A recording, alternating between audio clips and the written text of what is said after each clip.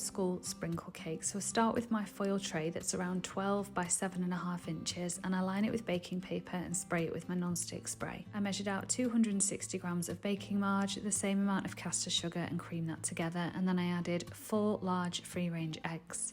And look at that smiley face that the eggs left, obviously happy about me making school cake.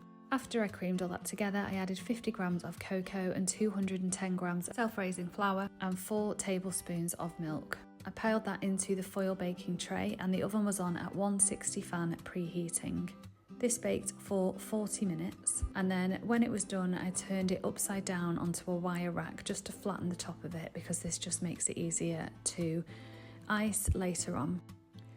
Meanwhile, I made the icing. This was 20 grams of cocoa powder and 280 grams of icing sugar and 4 tablespoons of water. I added the water slowly so it didn't make it too runny, and you just want a nice thick icing consistency.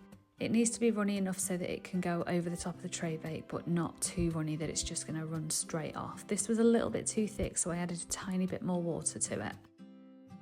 And then when the tray bake was cool, I turned it out and removed the baking paper, trimmed the edges and put it back into the foil tray to ice. And I just tipped that chocolate icing all over the tray bake.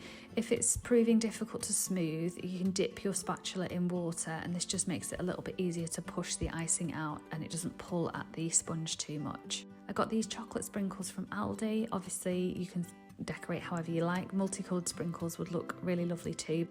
The vanilla tray bake I cut into 15, but I cut this one into 12 just because I wanted to show that you can have bigger slices if you want.